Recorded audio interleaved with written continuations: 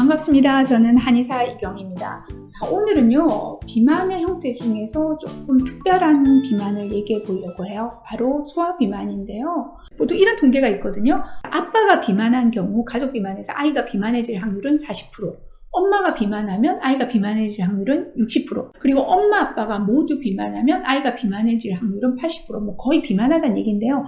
예전에는 환경인자로 많이 썼어요. 즉 엄마 아빠가 비만한 식생활을 가지고 있으면 비만의 환경들을 공유하고 있다는 걸로 얘기를 했거든요. 근데 최근에 기조가 좀 바뀌었어요. 최근에 많은 연구 논문들을 보면요, 이게 단순히 어떤 생활 습관을 공유하기 때문에 온다기보다는 유전자적인 문제를 같이 가지게 된다는 거죠.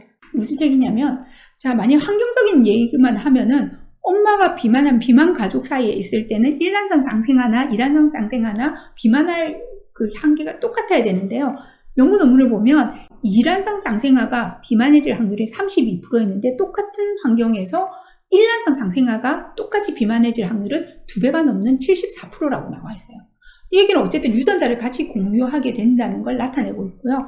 또 하나 더 재미있는 연구 결과들을 보면 입양된 케이스예요. 만약에 환경적인 요인이 된다면 양부모의 어떤 생활습관 패턴을 더 많이 따라가야 되는데 불구하고 친부모의 비만도에 더 많은 상관성을 가지고 있었다는 연구 논문들이 있거든요. 여러 가지 연구 결과들을 보면 어쨌든 유전적인 요인들을 가지고 있다는 거죠. 자, 그렇게 보면 내 아이가 비만하게 하지 않으려면 평소에 체중이 많이 나가더라도 임신을 하기 전에 좀 더 건강하고 완벽한 몸으로 비만하지 않는 상태로 계획 임신을 하는 게 첫 번째는 제일 중요하겠죠. 자, 이제 좀 더 실제적인 문제로 들어가 볼게요.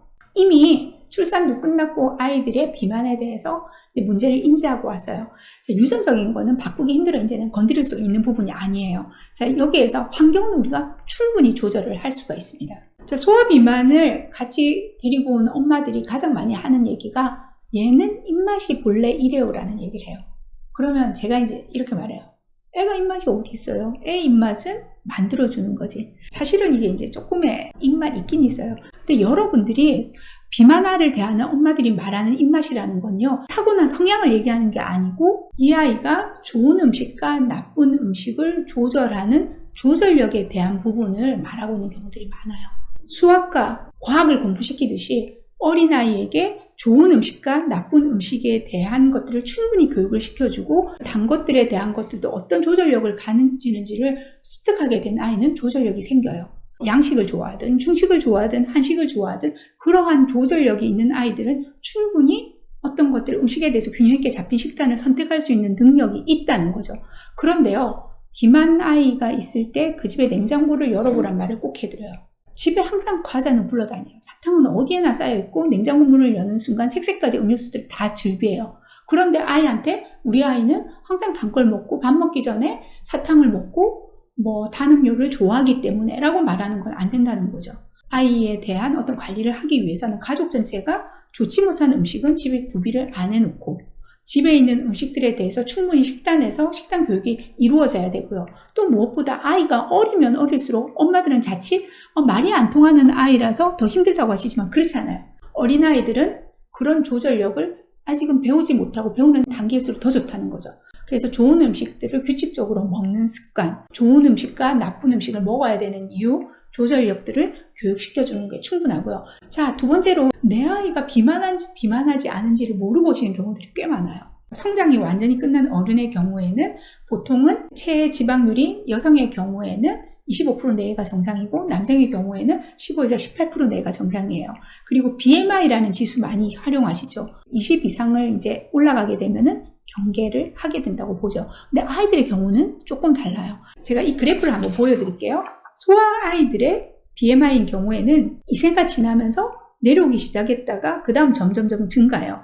근데 내 아이가 분명히 BMI가 굉장히 낮은 4세, 5세, 7세, 8세 요 정도까지는 낮아야 되는데 쓸데없이 살이 찌고 있어요.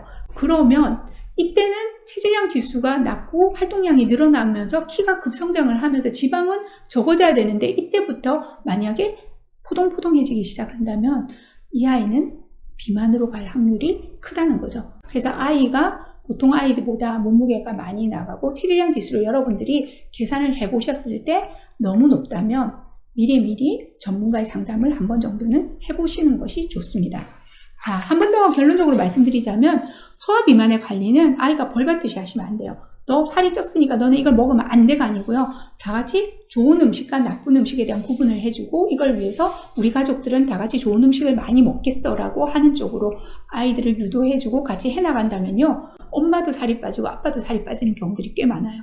내 사랑하는 아이들한테 건강한 몸을 갖도록 노력해보는 거 그만큼 가치 있는 일일 것 같습니다. 감사합니다.